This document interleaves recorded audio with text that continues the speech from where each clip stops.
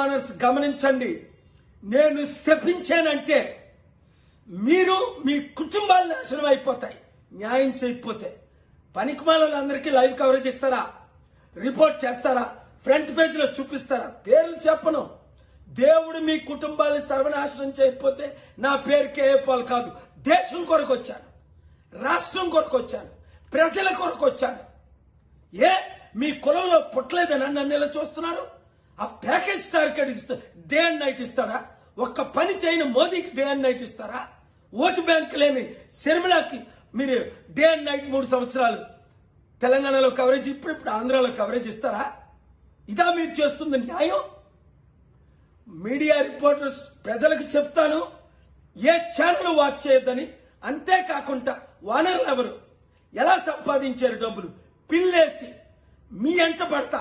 ఇప్పుడు మెగా కృష్ణారెడ్డికి ఎలాగైతే